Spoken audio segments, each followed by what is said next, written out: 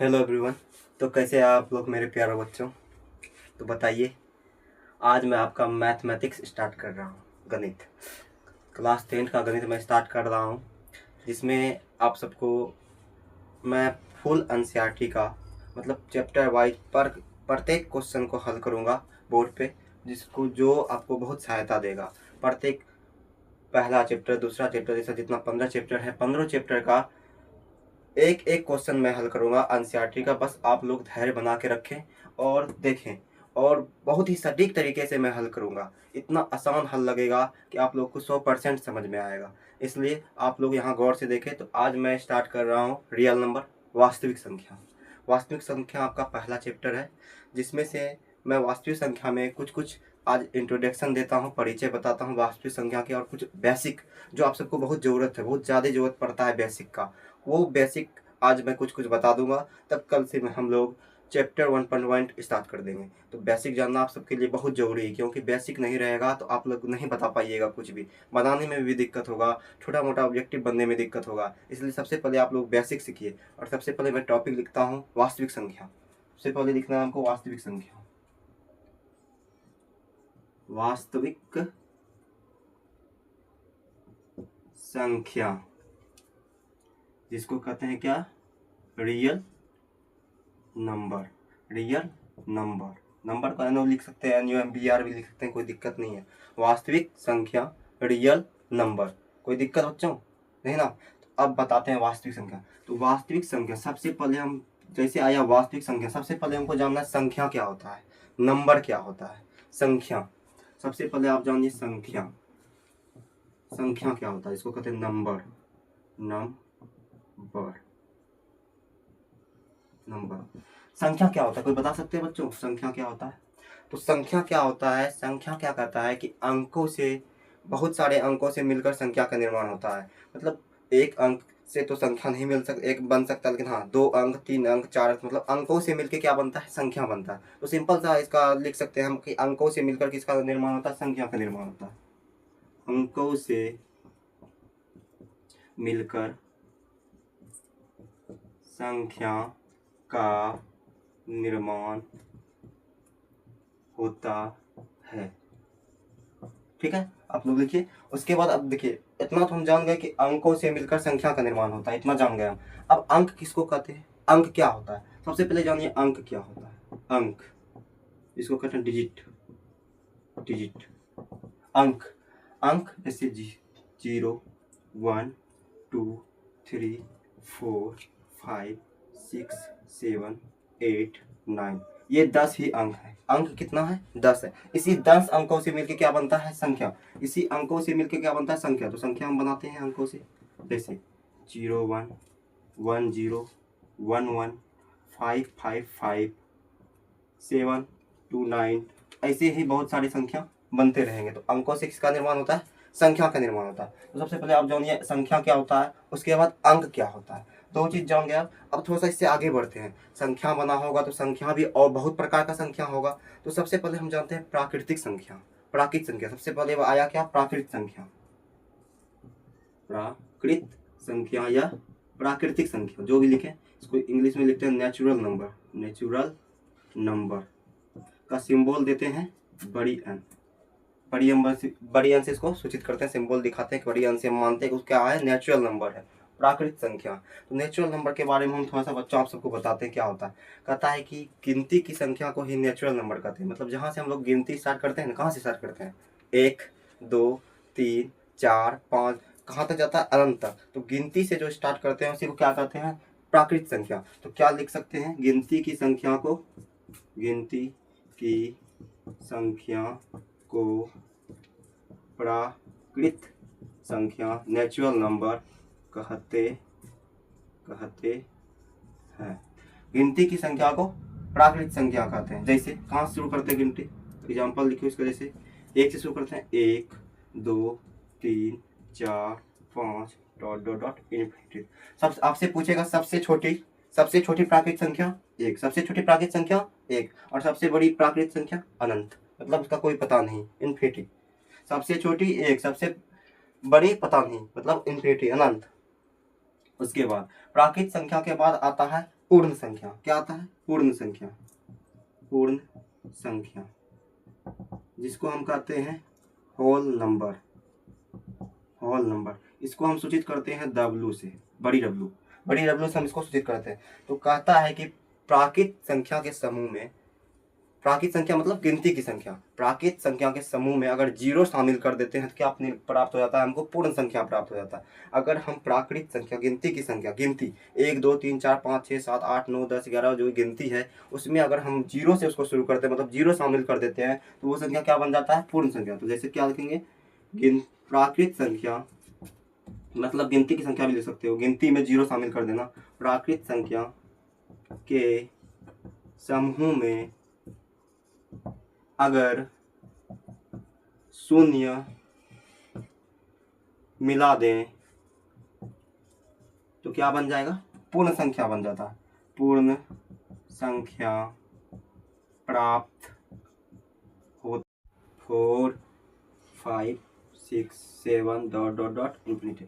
अगर आपसे पूछा जाए सबसे छोटा होल नंबर, तो सबसे छोटा होल नंबर क्या है? 0, और सबसे बड़ा इंफिनिटी। ये हुआ होल नंबर। अब होल नंबर में हम थोड़ा सा, एक कहानी है जीरो का। जीरो क्या है? तो जीरो का खोज जो है ना, आर्यभट्ट ने किया था।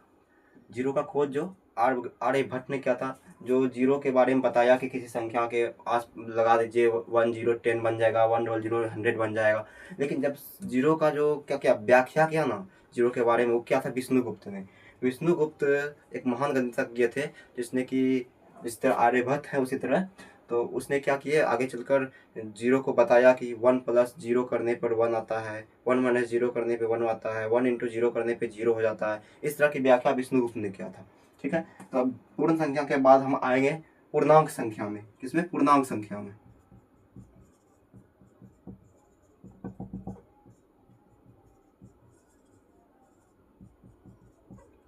पूर्णांक संख्या जिसको कहते हैं इंटीजर नंबर। पूर्णांक संख्या इंटीजर नंबर। पूर्णांक संख्या को हम क्या कहते हैं? Integer number.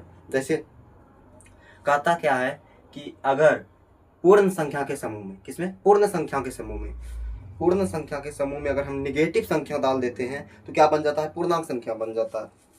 पूर्ण संख्या के समूह में अगर हम निगेटिव नंबर डाल देते हैं तो क्या बन जाता है? पूर्णांक संख्या बन जाता है। जैसे देखिए हम बनाते हैं पूर्ण संख्या का समूह। पूर्ण संख्या कहाँ से स्टार्ट होता है? 0 से। हम समूह बनाते हैं, यहाँ देखिए एक रेखा पे बनाते हैं। ये 0 है, ये 1 2 3 4 5 6, छोटा बना है, बाकी जो आगे बढ़ते रहेगा ये।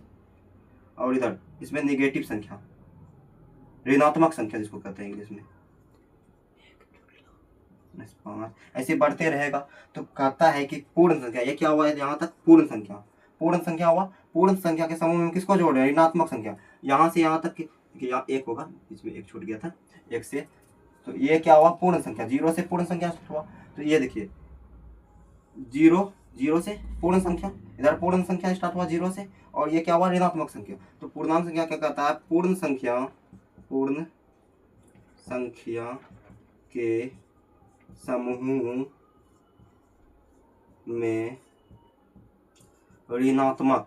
ऋणात्मक संख्या मिला दें तो क्या बन जाता है? पूर्णांक संख्या बन जाता है। पूर्ण संख्या के समूह किसको मिलाते हैं? ऋणात्मक संख्या। तो ये देखिए यहाँ से यहाँ तक ये क्या हुआ?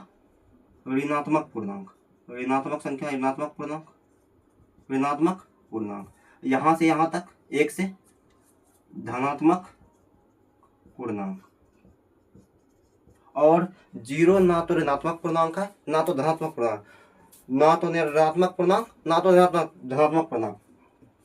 तो लिखिए 0 0, ना तो ऋणात्मक है ना धनात्मक।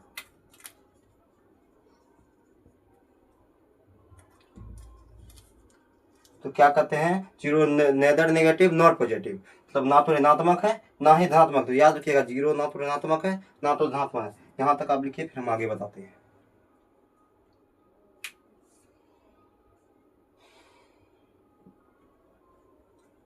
तो आप लोगों ने लिख लिया होगा, आगे बढ़ते हैं हम।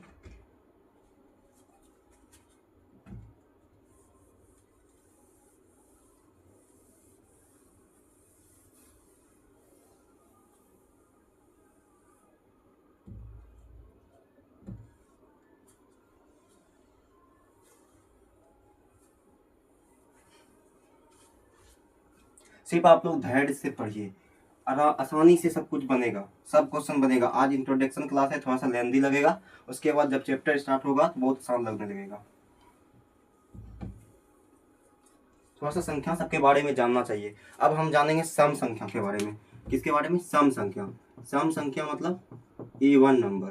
सम संख्या इवन नंबर।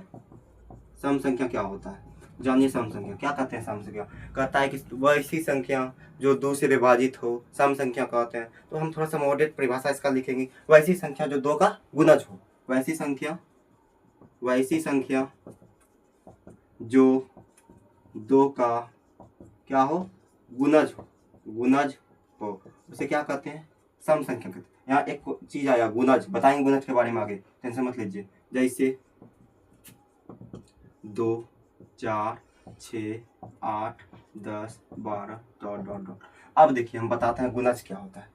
गुणज का मतलब होता है मल्टीपल, मतलब 2 के पहाड़म, 2 से 2 गुना 1, 2 गुना 2 4, 2 गुना 3 6। तो मतलब 2 का जो पहाड़ा पढ़ते हैं ना, उसी को गुणज कहते हैं। 2 को एक बार गुना किए 2 आया, 2 को 2 बार गुना किए 4 आया, 2 को 3 बार गुना किए 6 आया। ये क्या हुआ? गुणज। और गुणनखंड जानिए। गुणनखंड क्या होता है? जैसे हम यहाँ लिखते हैं 12 है, तो 12 को हम तोड़ते हैं। 12 को क्या क्या लिखेंगे? 2 को 2 से तोड़ेंगे 12 को, तो 2 छक 12, 2 से 2 तिया 6। तो देखिए यहाँ 12 को क्या क्या लिख सकते हैं? 4 तिया 12, मतलब 4 भी 2 का गुणनखंड है, 3 भी 4 का गुणनखंड है। 2 गुना 2 भी लिख सकते हैं, 2 गुना 3 भी लिख सकते हैं। तो ये 2 भी उसका गुणनखंड है, 2 भी, ये सब क्या है? इसका गुणनखंड है। जब तोड़ते हैं तो गुणनखंड, जैसे इसको लिखते हैं 2 गुना 6, ये भी गुणनखंड है। तो ये गुणज हुआ कि 2 का पहाड़ा से लेकर 2 गुना 1 2, मतलब गुना करके आगे बढ़ता है। गुणनखंड क्या होता है? उसको पार्ट में तोड़ता है, छोटा करता है तोड़ के, मतलब अभाज्य संख्या के रूप में तोड़ देता है, गुणनखंड होता है। जैसे अभी तत्काल में सिर्फ गुणनखंड क्या हुआ? 4 और 3 भी गुणनखंड हुआ, लेकिन जब अभाज्य गुणनखंड पढ़ेंगे, अभाज्य गुणनखंड जब पढ़ेंगे, गुणनखंड, तो उसमें क्या होगा कि ये जो है ना, से 12 को क्या लिखेंगे? 2 गुना 3। ये क्या है? अभाज्य संख्या के रूप में तोड़ रहे हैं। अभाज्य संख्या ऐसे गुणनखंड 4 भी गुणनखंड है 2 का, 12 का गुणनखंड 4 भी है, तो इसको सिर्फ गुणनखंड कहें। 4 गुना 3 भी है, तो 12 का गुणनखंड है 4 और 3। लेकिन अभाज्य गुणनखंड क्या होता है? 12 का से 2 गुना 2 तो 2 क्या है? अभाज्य संख्या है। 2 क्या है? अभाज्य संख्या। 3 क्या है? अब आया हम सबके पास अभाज्य संख्या। सबसे पहले हम अभाज्य संख्या भी जानेंगे सर, उससे पहले हम जान लेते हैं विषम संख्या। जब सम जान गए तो विषम संख्या भी जानना चाहिए।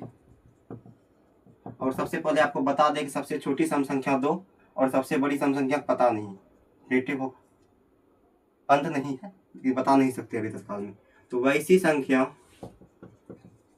जो 2 का गुणज नहीं है, तो मतलब 2 के पहाड़ा में नहीं आता है। तो हम जैसे में 1 से स्टार्ट करते हैं, कोई भी संख्या 1 से स्टार्ट, 1 है नहीं है, 3 5 7 9 11 13 ... मतलब हर संख्या में 2 का अंतर आएगा, 2 का गुणज नहीं, मतलब 2 का डिफरेंस आएगा। सब में 2 का डिफरेंस आएगा। तो सबसे छोटी विषम संख्या 1, सबसे बड़ी पता नहीं। ठीक है। विषम संख्या के बाद हम बोले थे आपको क्या बताएंगे? अभाज्य संख्या। तो थोड़ा सा जानिए अभाज्य संख्या के बारे में। अभाज्य संख्या, विषम संख्या कहते हैं इंग्लिश में ऑड नंबर। और उसके बाद जानते हैं हम अभाज्य संख्या के बारे में। अभाज्य संख्या को कहते हैं इंग्लिश में प्राइम नंबर।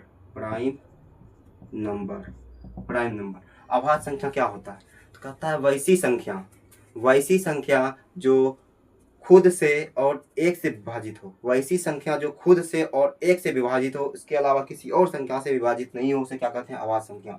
तो वैसी संख्या जो खुद और 1 से विभाजित हो, मतलब भाग लगे, विभाजित हो, मतलब जिसका 2 ही गुणनखंड हो, 1 या वही संख्या। जैसे हम लिखते हैं 2, जैसे में 2, 1 को छोड़कर 1 नहीं लिख सकते हैं, क्योंकि इसमें 1 आता है। 1 को यहाँ हमको चाहिए खुद और 1, इसलिए 1 2 बार हम नहीं कर सकते, इसलिए हम 1 को छोड़कर लिखेंगे। तो 2, जैसे 2 को क्या लिखेंगे? 2 गुना 1, एक बार 2 से कटेगा और 1 से भाग लगेगा 3 5 7 ... मतलब 1 से भाग लगेगा और खुद से भी भाग लगेगा और 1 से भी भाग लगेगा। और कहता है सबसे छोटी अभाज्य संख्या क्या है? 2 है। सबसे छोटी अभाज्य संख्या 2। आपको क्वेश्चन बन सकता है सबसे छोटी अभाज्य विषम संख्या। अगर पूछे सबसे छोटी अभाज्य विषम संख्या, सबसे छोटी अभाज्य विषम संख्या क्या है? 3। और पूछे सबसे छोटी अभाज्य संख्या सम संख्या 2, और एकमात्र सम संख्या 2 है जो सबसे छोटी अभाज्य संख्या है। इसके अलावा कोई भी सम संख्या अभाज्य नहीं है। सिर्फ 2 ही सम संख्या अभाज्य है, 2 ही, सिर्फ 2। ये नंबर 2 ही है जो कि अभाज्य है, बाकी कोई भी सम संख्या ऐसी नहीं है जो अभाज्य है। अभाज्य के बाद थोड़ा जानिए भाज्य संख्या के बारे में। भाज्य संख्या,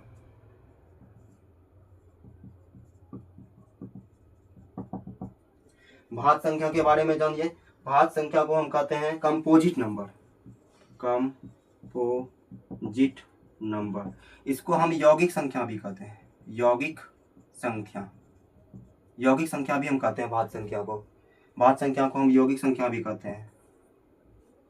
तो भाज्य संख्या के बारे में क्या कहा जाता है कि वैसी संख्या जो जिसका वैसी संख्या जिसका 2 से अधिक गुणनखंड हो, मतलब जो खुद और 1 से के अलावा और किसी संख्या से भाग लग जाए तो वो क्या संख्या है? भाज्य संख्या। मतलब वैसी संख्या जिसका 2 से अधिक गुणनखंड बताए, यही गुणनखंड, अधिक गुणनखंड हो। जैसे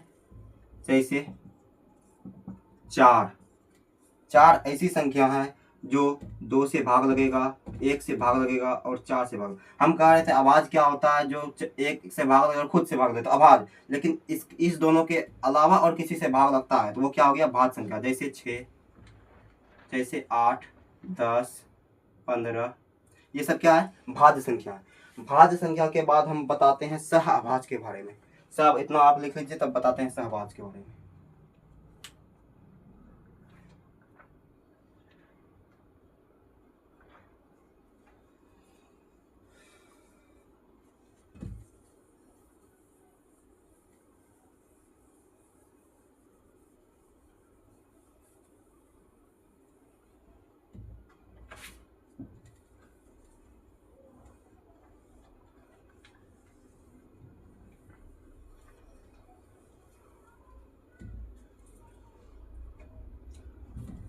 हम बता रहे थे सहअभाज्य संख्या के बारे में। किसके बारे में? सहअभाज्य संख्या। सहअभाज्य संख्या इसको कहते हैं को प्राइम नंबर। सहअभाज्य संख्या जानिए, सहअभाज्य संख्या क्या होता है? जानना जरूरी है आपके लिए, सब आपको यूज है भी इस सब संख्या का। सहअभाज्य संख्या तो कहता है वैसी संख्या जिसका मोसो 1 हो, महत्तम समावर्तक 1 हो, एचसीएफ 1 हो, हायर कॉमन फैक्टर एचसीएफ 1 हो, महत्तम समावर्तक 1 हो, उसे क्या कहते हैं? सहअभाज्य संख्या कहते हैं। वैसी संख्या जिसका महत्तम समावर्तक मोसो एचसीएफ हायर कॉमन फैक्टर क्या हो? 1 हो। जैसे लिखेंगे 1 और 3, क्या है? सहअभाज्य। इसका मोसो क्या निकालिएगा? 1 निकालिएगा। सिर्फ 15 और 16, इसका मोसो क्या निकलेगा? 1 निकलेगा। जैसे लिखेंगे 4 और 13, इसका मोसो क्या निकलेगा? 1 निकलेगा। तो ये क्या है? सहअभाज्य संख्या है। सहअभाज्य संख्या के बाद हम पढ़ेंगे परिमेय संख्या के बारे में। सहअभाज्य संख्या के बाद पढ़ेंगे हम परिमेय संख्या में। परिमेय संख्या से पहले आप जानिए भिन्न क्या होता है। भिन्न क्या होता है? बता सकते हैं भिन्न क्या होता है? तो भिन्न क्या होता है? कहता है कि भिन्न हम जिसको p/q के रूप में लिख सकते हैं और q नॉट इक्वल टू 0, वैसी संख्या जिसको हम p/q के रूप में लिख सकते हैं और q 0 के बराबर नहीं हो, भिन्न होगा। हाँ, जैसे भिन्न क्या होता है? जैसे एक रोटी है, रोटी को हम तोड़ते हैं बीच से तोड़ते हैं, तो एक रोटी है, इसका क्या गो पार्ट बना? मतलब 2 टुकड़ा है, एक पार्ट। अब एक रोटी है, इसका कितना पार्ट बना है? 2 पार्ट बना है। मतलब इसका 2 टुकड़ा है और 1 टुकड़ा हम ले लेते हैं, तो इसका क्या? 1/2 भाग, और इधर 1/2 भाग, आधा भाग हो गया। इसको लिख सकते हैं, एक रोटी को जब तोड़े और आधा भाग हम ले लिए, तो 2 टुकड़ा था जिसमें से 1 भाग उसका रंग दिए। जैसे 1 भाग हम इसका रंग रहे हैं, तो 1/2 भाग रंगा हुआ है और 1/2 भाग खाली है। तो आधा भाग हम तोड़ लिए हैं, आधा भाग खाली है। इसी तरह 1/2 भाग। और कहता है कि भिन्न है ना, एक होता है कि कहता है भिन्न ऋणात्मक नहीं होता है, भिन्न ऋणात्मक नहीं लिख सकते। जैसे 1/2 लिखे तो -1/2 कैसे लिखेंगे मैंने को? भिन्न क्या है? एक किसी का फ्रैक्शन है, मतलब अनुपात है। अनुपात ऋणात्मक नहीं लिख सकते हैं, इसलिए भिन्न को तोड़िए। 1/2 से 2/4 इसको कटाइएगा, 1/2 आएगा, भिन्न हो गया। अब भिन्न के बाद अब आइए आपका जो टॉपिक स्टार्ट होता है वास्तविक संख्या का। वास्तविक संख्या का ही कुछ पार्ट है जिसमें आएगा आपका परिमेय संख्या। सबसे पहले आप जानिए परिमेय संख्या के बारे में। परिमेय संख्या बहुत ही बेहतरीन टॉपिक है ये परिमेय संख्या, बहुत बारीकी से जानिएगा इसके बारे में। परिमेय संख्या क्या होता है तो सबसे पहले सुनिए इसके बारे में। कहता है वैसी संख्या जिसको हम P/Q के रूप में लिख सकते हैं और Q not equal to 0। P/Q के रूप में लिखेंगे, Q नॉट इक्वल टू 0। अभी तक हम भिन्न के बारे में बोल रहे हैं, कोई बात नहीं है। P/Q के रूप में लिख सकते हैं, Q नॉट इक्वल टू 0 हो। और कहता है P और Q पूर्णांक हो। P और Q क्या हो? पूर्णांक हो। यहाँ भिन्न में क्या था कि P और Q माइनस में नहीं हो सकता, तो पूर्णांक तो माइनस में भी लिख सकते थे। यहाँ P और Q क्या था? पूर्ण संख्या होगा और 0 नहीं होगा। पूर्ण होगा, प्राकृत होगा, लेकिन पूर्णांक नहीं होगा। यहाँ पूर्ण परिमेय संख्या में क्या कर रहा है? P और Q पूर्णांक हो। P और Q पूर्णांक हो मतलब 0 हो, -1 हो, लेकिन हाँ Q 0 नहीं होगा। Q 0 नहीं होगा, Q 0 नहीं होगा। और P और Q क्या हो? पूर्णांक हो। 0 छोड़कर पूर्णांक हो, जैसे -1, -2, -3 भी हो सकता है। P और Q कुछ भी हो सकता है, इससे कोई दिक्कत नहीं है। तो जानिए हम परिभाषा लिखते हैं इसका। वैसी संख्या जिसे P/Q के रूप में लिखते हैं और Q 0 के बराबर नहीं, 0 बराबर काटे 0 के बराबर नहीं, मतलब नीचे वाला जो है ना 0 के बराबर नहीं होगा। देखिए यहाँ देखिए, यहाँ भी लिखे दिया, इसका मतलब कि 1/0 लिखेंगे, इसका कोई मान नहीं होता, इसीलिए 0 के बराबर नहीं होना चाहिए, समझे। तो P और Q वैसी संख्या जो P/Q के रूप में लिखते हैं और Q 0 के बराबर नहीं हो, और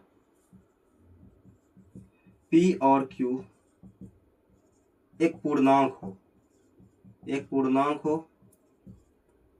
हो तथा P और Q में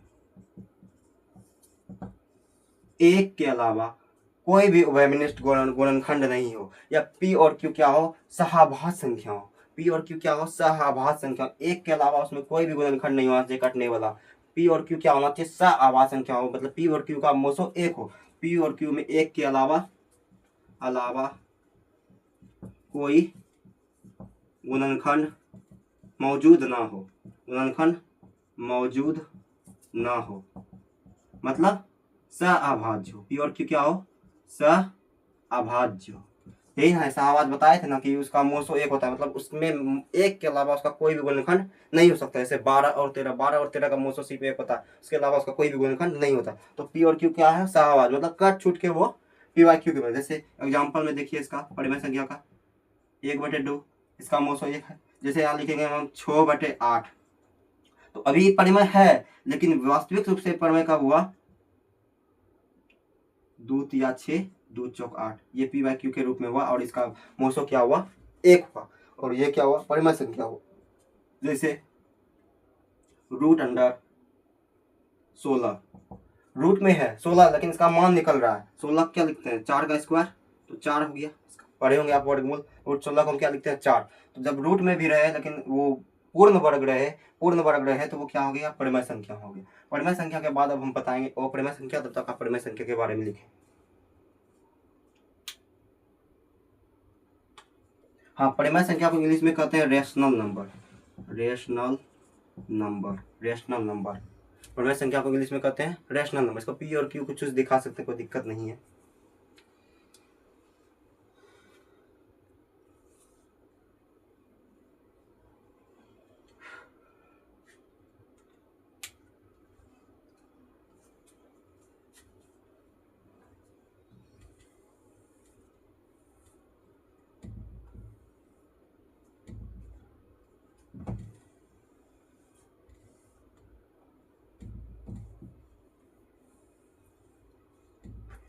परिमेय संख्या हम लोग जान गए।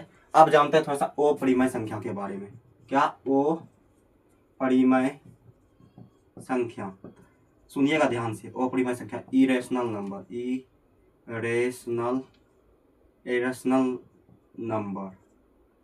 Number irrational number. ओ परिमेय संख्या, ओ परिमेय संख्या कहता है वैसी संख्या, कहता है वैसी संख्या। तो ये सिंपल में से आपको कोई भी बोल देगा कि वैसी संख्या जो जो परिमेय संख्या नहीं है, वो परिमेय संख्या। ये कोई सिंपल उसका परिभाषा नहीं, इसमें समझ में क्या आएगा परिमेय संख्या नहीं, कैसे जानेंगे कि वो परिमेय संख्या नहीं है। तो इसका कोई परिभाषा वैसा नहीं मानना है कि परिमेय संख्या नहीं है तो वो परिमेय संख्या हो गया। इसको जानिए कि वैसी संख्या जिसको पी वाई क्यू के रूप में नहीं लिख सकते हैं, पी वाई क्यू के रूप में नहीं लिख सकते हैं, और पी और क्यू क्या हो, पी और क्यू पूर्णांक नहीं हो, पी और क्यू पूर्णांक संख्या नहीं हो, पी और क्यू क्या हो, पूर्णांक नहीं हो। पूर्णांक को क्या बताए थे, जेड से, पूर्णांक नहीं हो, और q not equal to zero जानता है। वैसी संख्या जिसको पी वाई क्यू के रूप में नहीं लिख सकते हैं, तो लिखिए वैसी संख्या जिसको पी वाई क्यू के रूप में नहीं लिख सकते हैं। दूसरा बात, जो पूर्ण वर्ग नहीं हो, जो पूर्ण वर्ग नहीं हो। कुछ संख्या ऐसे भी होगी जो पूर्ण वर्ग नहीं होगा, तथा रूट के रूप में लिखे, रूट के अंदर लिखा जाए, और जिसका निश्चित मान नहीं हो, जिसका निश्चित मान नहीं हो। जैसे पाई, एग्जाम्पल में जैसे पाई का कोई निश्चित मान नहीं, कोई 22/7 का है, कोई 3.01 का 144 का था, ये सब कोई इसका निश्चित मान नहीं है।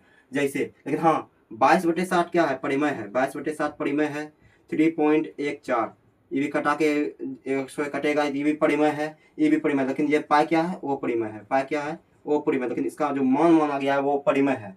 फिर जैसे देखिए रूट के अंदर है, लेकिन इसका पूर्ण वर्ग निकलता है नहीं, क्या हो गया, अपरिमेय संख्या होगा। इसको पी वाई क्यू के रूप में लिख सकते हैं। यहाँ पूर्णांक है, नहीं है, पूर्णांक नहीं है। बता सकते हैं पूर्णांक लाइन पे इसको, √5 को, नहीं पूर्णांक नहीं है ये। पूर्णांक क्या होता है, धनात्मक संख्या होता है, ऋणात्मक संख्या होता है, और जीरो होता है। तो जैसे √7, √2 etc, ये सब क्या है, अपरिमेय संख्या है। तो हम परिमेय संख्या बता दिए, अपरिमेय संख्या, और बहुत अच्छे से आप लोग परिमेय संख्या और अपरिमेय संख्या सीख गए होंगे। तो अब बताते हैं हम वास्तविक संख्या। मेन टॉपिक है जो वास्तविक संख्या, उसके बारे में हम बताते हैं, जल्दी से इसको लिखिए।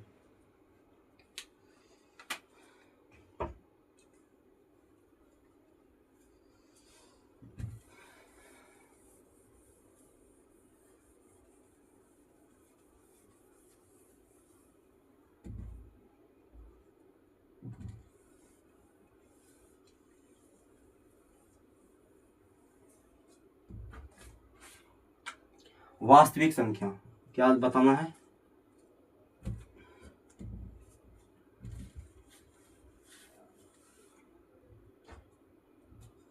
वास्तविक संख्या जिसको कहते हैं, ऊपर में लिखा हुआ है रियल नंबर। वास्तविक संख्या किसको कहते हैं, कहता है कि परिमेय संख्या और अपरिमेय संख्या को जब मिला देंगे, परिमेय संख्या और अपरिमेय संख्या को जब मिला देंगे तो वास्तविक संख्या प्राप्त है। और आपको पता है कि परिमेय संख्या में सब संख्या आ जाता है, परिमेय संख्या में पूर्ण संख्या, पूर्णांक संख्या, प्राकृत संख्या सब आ जाता है। तो कहता है कि वास्तविक संख्या में क्या आता है, परिमेय भी मिला दो, इसमें कुछ परिमेय भर दो, कुछ अपरिमेय भर दो, कुछ अपरिमेय, और इसमें पूर्ण हो गया, पूर्णांक हो गया, प्राकृत हो गया, सभी संख्या जब मिला दो और इधर अपरिमेय भी हो गया, तो कौन संख्या बन जाएगा, ये वास्तविक बन जाएगा। तो वास्तविक संख्या का सिंपल सा परिभाषा है, परिमेय संख्या तथा अपरिमेय संख्या को मिला देने पर क्या बनता है, वास्तविक संख्या। तो परिमेय, इसको कहते हैं रियल नंबर।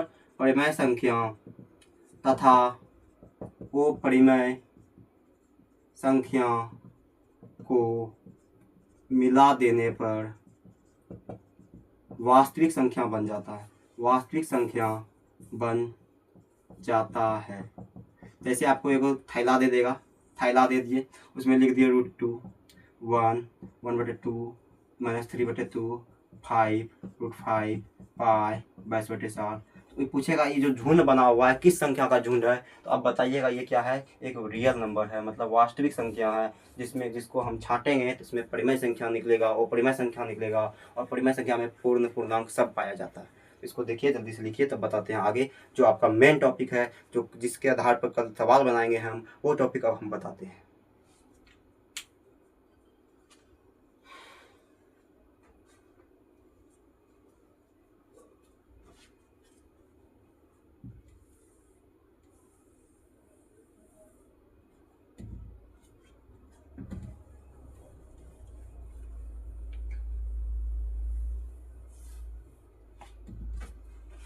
एक आपका टॉपिक है अंकगणित की आधारभूत प्रमेय। अंकगणित की आधारभूत प्रमेय क्या टॉपिक है? अंकगणित की आधारभूत प्रमेय। आप लोग जानते भी होंगे, ये बहुत जगह पढ़े होंगे, नहीं भी पढ़े होंगे, बहुत जगह नहीं भी पढ़ाता है, नहीं भी बताता है, काहे कि डायरेक्ट सवाल स्टार्ट कर देता है, अलग बात। लेकिन जानना चाहिए कि अंकगणित की आधारभूत प्रमेय क्या है। कहता है एक को छोड़कर जितनी भी भाज्य संख्या है ना, सभी क्या है, एक अभाज्य संख्या के रूप में, के गुणनखंड के रूप में हम लिख सकते हैं। अभाज्य संख्या के अद्वितीय गुणनखंड के रूप में हम लिख सकते हैं। तो कहता है एक को छोड़कर सभी भाज्य संख्या को अभाज्य संख्या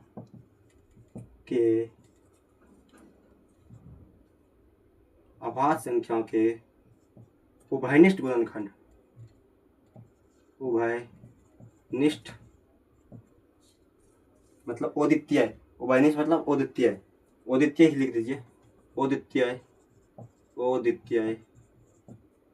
गुणनखंड के रूप में लिख सकते हैं, चाहे इसका क्रम कुछ भी हो। पढ़िए इसको एक बार। एक को छोड़कर सभी भाज्य संख्या को अभाज्य संख्या के रूप में लिख सकते हैं, और इसका गुणनखंड क्या हो? अद्वितीय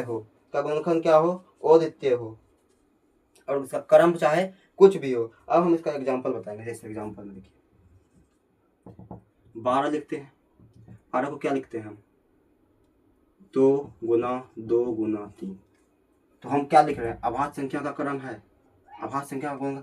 और देखिए हम इसको अगर क्रम 3 गुना 2 गुना 2 भी लिखते हैं तो गुना होके क्या आएगा? 12 ही आएगा। यही कहता है कि इसका जो है ना, किसी भी तरीका से आप लिखिए, किसी भी क्रम में लिखिए, अभाज्य संख्या के किसी भी गुणनखंड में लिखिए, क्या होगा? उसको गुना करने पर 12 ही आएगा। यही कहता है अंकगणित की आधारभूत प्रमेय। अंकगणित का आधारभूत प्रमेय आप जान गए। उसके बाद हम जानते हैं यूक्लिड विभाजन एल्गोरिथम।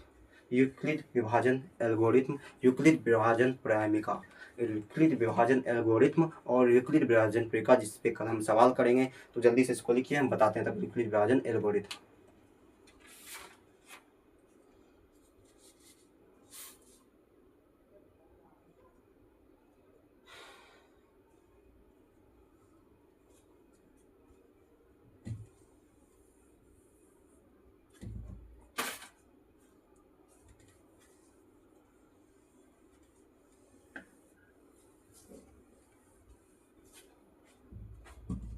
हम पढ़ेंगे यूक्लिड विभाजन प्रमेयिका। यूक्लिड विभाजन प्रमेयिका, यूक्लिड विभाजन प्रमेयिका, या प्रमेय भी कह सकते हैं, इसको प्रमेय भी कह सकते हैं। तो यूक्लिड एक महान वैज्ञानिक थे, यूक्लिड साहब, जिसने एक प्रमेय दिया। कहता है कि कोई धनात्मक पूर्णांक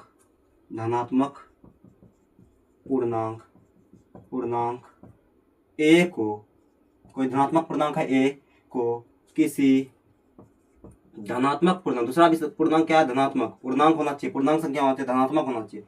पूर्णांक b से भाग देने पर, विभाजित करने पर, विभाजित करने पर, भाग देने पर Q तथा R क्रमशः भागफल और शेषफल प्राप्त होता है। कहता है कि ए कोई धनात्मक पूर्णांक है, और किसी दूसरे पूर्णांक b से उसको अगर हम भाग देते हैं तो क्या होता है? Q और R प्राप्त होता है, और Q क्या होता है? भागफल प्राप्त होता है, और R शेषफल प्राप्त होता है। तो A बराबर लिखेंगे BQ प्लस R। ए बराबर बी, यही यूक्लिड विभाजन प्रमेय दिया है। ए बराबर BQ प्लस R। ए कोई धनात्मक पूर्णांक है जिसको हम b से भाग देते हैं, तो Q और R। जैसे यहाँ देखिए, समझिएगा, भाग जो देते हैं हम सब क्या करते हैं, कोई ए भाज्य संख्या है, इसको हम b से भाग दिए, इसको q, और यहाँ हम जब इसको भाग देते हैं b से, यहाँ कुछ ना कुछ r प्राप्त होता है, यहाँ कुछ ना कुछ r प्राप्त होता है। b से जब हम भाग देते हैं यहाँ q बचता है, और यहाँ कुछ ना कुछ r, जैसे हम देखें यहाँ लिखते हैं 4 से भाग देते हैं, मान लेते हैं b के जगह 4 है और ये 12 में भाग देते हैं, तो यहाँ 3 q प्राप्त होता है, q क्या 3 प्राप्त होता है, और यहाँ क्या r बचता है।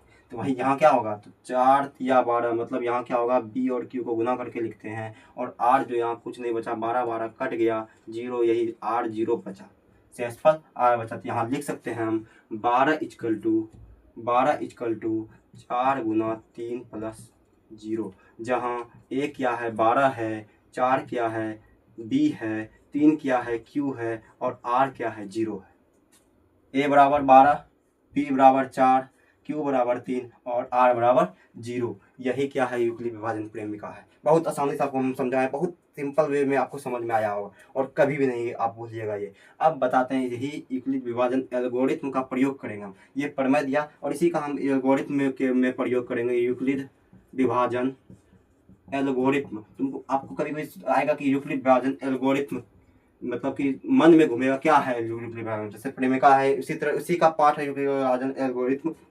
बताते हैं क्या है यूक्लिड विभाजन एल्गोरिथम, है ना, एचसीएफ निकालने का एक विधि है। इस विधि से a बराबर बी क्यू प्लस आर के थ्रू से के द्वारा a बराबर बी क्यू प्लस आर के द्वारा एचसीएफ निकालने का विधि है। क्या है, एचसीएफ निकालने मतलब मोसो निकालने का विधि है। क्या है, विधि है, किसके थ्रू, द्वारा a बराबर b q plus r, a बराबर बी क्यू का प्रयोग करके हम यूक्लिड एल्गोरिथम द्वारा एचसीएफ निकालेंगे। और मेरा चैप्टर यही है, पहला चैप्टर 1.1 यही है कि यूक्लिड एल्गोरिथम का प्रयोग करके a बराबर बी क्यू प्लस आर का प्रयोग करके एचसीएफ निकाले। आप लोग सिंपल वे में एचसीएफ निकाल देते होंगे, वहाँ सिंपल वे में नहीं चाहिए, मुझको चाहिए a बराबर बी क्यू प्लस आर। जिस तरह 12 है, 4 गुना 3 है प्लस 0 है, तो r 0 हो गया, q 3 हो गया, b 4 हो गया, a 12 हो गया। इसी का प्रयोग करके हम निकालेंगे क्या, यूक्लिड विभाजन एल्गोरिथम से एचसीएफ निकालेंगे, जो कि कल की क्लास में हम लेंगे। आज भर इतना ही, सब सही रहिए, सब खुश रहिए, ठीक है, बाय बाय।